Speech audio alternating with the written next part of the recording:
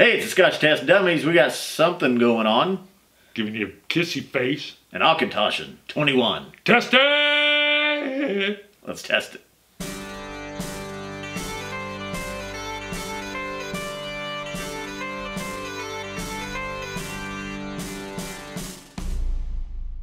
Color's really on. These are, I got these for Christmas from my wife. That's right. They're coasters, and then they're funny face coasters.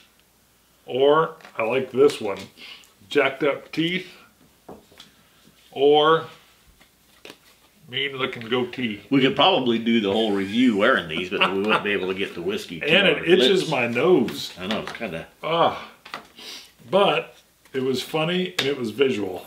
So you brought them and said, what do you think? You said, what do you think? I said, do it. Oh my goodness, yeah, you're like a Viking. We should be doing the new Highland Park. Wow, first of all, look at the presentation. Dun, dun, dun. Oh, you know what we need? Scotch God shout out. All right, Scotch God shout out. You found it. James Hope. Go back to the Glengoyne 12, 15, 18 comparison that we did. Right. Love the Glengoynes, first of all. Sherry bomb. James Hope says, great shootout. You have to get yourselves the 21. Ooh. It's the best in the lineup and one of the best whiskeys out there, both bang for buck and just generally. I visited the distillery a few years ago and did a blending class where I got to blend my own from various casks. Really? Can't recommend it enough if you get to Scotland in the near future. We would love to go there. Yes. That sounds fun and now, educational. The 21 also, from what I've heard online and seen, it's exclusively matured in Oloroso casks. The 12, the 15, and the 18 are all kind of double 15. Yeah. Now, who dropped that Scotch God shout out? James Hope. Hope. Hope lives. By the way, 233. 230. Ooh, too dirty. Too dirty. Too dirty. Auchentoshan 21. This was my Christmas bottle from December of 16, so it's been sitting here for a while. I'll wait and review. Auchentoshan, if you don't know, is a Scotch that's similar to an Irish whiskey. Do you remember why? Triple distilled. Triple distilled. Boom. Yep. Good job. Yeah. Your memory serves you correctly. Well, you gave me a good tip, though, because the calling card of Irish whiskey is the triple distillation. Not that they all are, but that's kind of the calling card. And I'm curious, and I could not find my notes on this. I'm going through a phone transfer. God knows I messed up the tech on it. But you probably haven't taken them yet. I may not have. But the triple distillation, at least with the Irish that I had, brings it in as a lighter dram, very smooth, oftentimes delicate. So I'm curious to see how this, how I respond to this, or how my palate does. Now this is 43% ABV. It's been aged in both bourbon barrels and Spanish sherry cask. Wow. Some of my favorite combinations. That is, you love that. It does, nose is light, slightly fruity. I feel like those things block my nose. Wow. I know, what do you get? No, actually a very strong, the sherry and vanilla as well. Nice fruit. I get a sherry or a cherry rind. There we go with the rinds again. Anybody that's watched some past shows will know why I chose that word.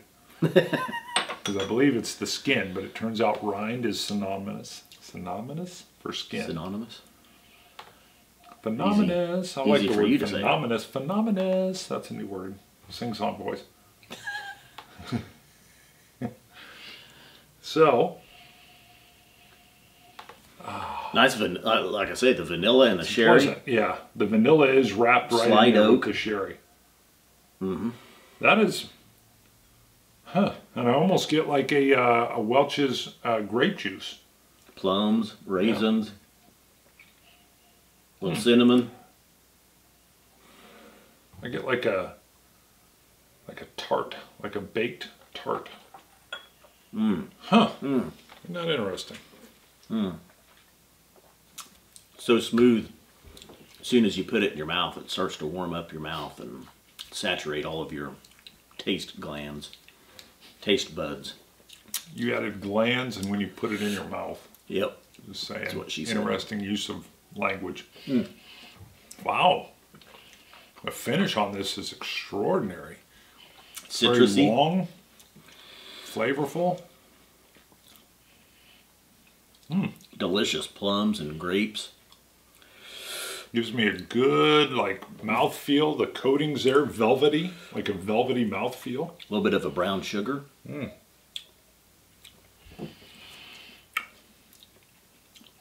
I guess let me look at my notes. I made a swish noise there. On the nose, vanilla, blackberries, raisins, and lime. Good call with the blackberry.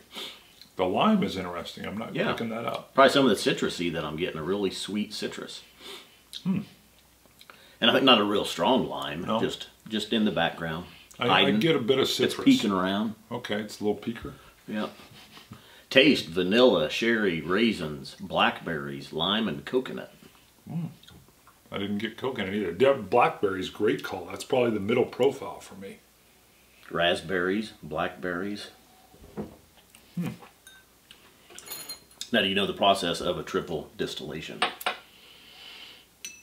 Oh yeah, I mean they're basically capturing it and then running it through again and then for a third time. So, and that's what makes it lighter. It pulls out a lot of those natural oils. Which, if you're going to speak to that, I would say mouthfeel is very light, clean, crisp. I actually prefer a lot of those heavier, oily flavors. One reason I like the peat. But when it's 110 out in July, I gotta admit, that's when I like my Irish, I like my sippers, and sometimes I'll even throw the ice cube in and cool them down a little bit, even though I know that waters it and brings off some of the flavor. But yeah, this does come in as light and refreshing. With water, the rich sherry notes remain. Some of the bourbon notes from the bourbon barrels, the vanilla cream, a caramel. I got at one point just a wisp of charcoal barrel smoke. Key lime pie with water. Huh. You're right. The water opened up a little bit of that, and you're right. It's not a peaty thing, but it almost gives you that. Good call. The charcoal is right. Yeah. Kind of like the fire's out from the night before. Just a very light smoke. Huh. I did not get that until I added the water. Delicious. Still a great mouthfeel. Vanilla cream heavy, sherry heavy, smooth, delicious. We'll move right into my score. Ooh, this is a quick review. We're moving right along. You must be all talked out. Not all talked out. This one's a little interesting. The triple distillation. It's good. It just comes in a little too light for me. I'm going to say an 87, but it's flavorful. The vanilla notes, some of the oak in the background. The charcoal hint was probably my best thing. So I like this with a drop of water. Wow. All right. 93, great sherry. Oak, vanilla. Those other fruits are coming out, that blackberry and raisin, a blueberry, a little bit of a key lime pie. A lot of notes. Wow, you're picking up more stuff than me. I just got a little bit. I guess the key lime pie would be your limeness that's in there. A little bit of, just got a little bit of the smoke on the nose, just the charcoal. All right, the charcoal of the barreling. I'm searching for the key lime, and I can see exactly what you're saying, kind of that tartness that comes in. I give it a 93. Of course, I love sherried scotches. You do. Now, is it worth it? Yeah, you have marked on here $100. I got it. They had a place, well, Groves in town here had it last November before Christmas time. They had the 18 year for $69, and the 21 year was on sale for $99. Wow. So I couldn't resist it for that. Yeah, that's a good. Generally $160. Oh my. Yeah. Wow. Now I would not pay $160 for this. That would be, yeah, me. I mean, I wouldn't. I don't think I would be disappointed if I paid $160 for it. I'm very not disappointed paying $99 for it. Yeah, that's a good price. I mean, that just is, that's a phenomenal price. I normally wouldn't buy this, but at that savings, I would probably get it. The only regret I have was I didn't pick up the 18-year also. Oh, really? Which I've had in a bar and was very good. Yeah, I was like, well, $99 is enough for today, so I picked this up. Should have picked up the 18-year for $69 as well. Yeah, that's a great price. And it's normally, I think, $110, $120. We'll have to watch this year and see if they put it on sale again. Wow. I can't believe you didn't get them both. I would have nicknamed you Deep Pocket Scott. That's right. I love it. That's delicious. I'm still getting... And really there's kind of a Auchentoshan brings a little bit darker, some of the darker notes out. Almost a little coffee as well, and toffee. I just got a hint, a slight hint of tobacco. Okay. I don't know. This one's, it's interesting. You want to leave this here? No. And try it some more? Nope, I'm ready to take it home and do some work on that bottle. I'm surprised I got some tobacco. That's one of the, I don't smoke. I've probably tried a cigarette once in my life. Didn't enjoy it, but I love the tobacco flavors. I think the Auchentoshan reminds me of the Dalmore. Got it. Dalmore brings out a little bit more of those darker sherry notes and some of the coffees, the toffees, the tobacco notes. Huh. That'd be interesting to see them. I'm not calling for a versus, but just try them on at home on Wednesday. At home on Wednesday night, just try Auchentoshan. Into the frontal next lobe to Dalmore and quoted from it. Because as you begun, I thought I'm going to yell out, "You're calling for a versus," and then you preempted yourself and said, "I'm not calling for a versus." That's right. That was amazing. I'm calling for it off the air. That was amazing. Why would you want to do it off the air? Share it with the people. That's true. Share it with the people. See, look at that. You're coveting in it. You're holding it too close to the Could be on our blog post on our new website. It could.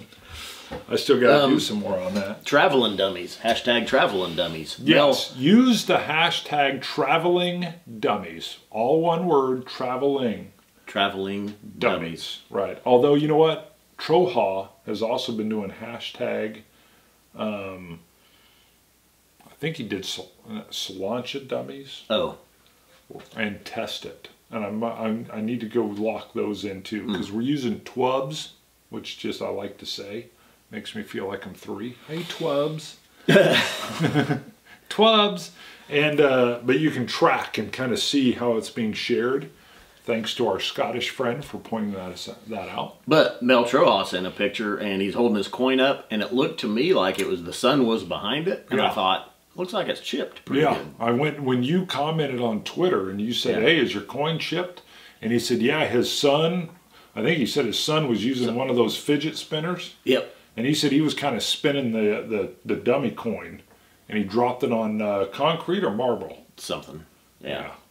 Like Spanish marble. Unfortunately, I've got a couple of coins that are chipped from being dropped on tile. Yeah, my 57 Chevy coin, I was flipping it in the air and I hit the tile and it made a weird like ting, and I was like, uh-oh, what was that? And a little chip came off. So if you have the Scotch Test Dummy coin, be aware it is ceramic. It's hardy, but it can chip. It stands up. Like if you chuck it down on a cement floor, it's going to chip. Yeah. So, all right. Anything else? Oh, hold on. This is very flirtatious. The one you gave me, look at that. Look at it. Look at it. Yes. That's dirty. To you. Well, yeah, look at that. If someone said, hey, try some of my scotch and did this. Go to ScotchTestDummies.com, visit our website, check out our blog, link our calendar to yours. Buy a glass, buy a coin, buy a t-shirt. Support us on Patreon. And scotch it, you scotch gods. Cilantro Dummies.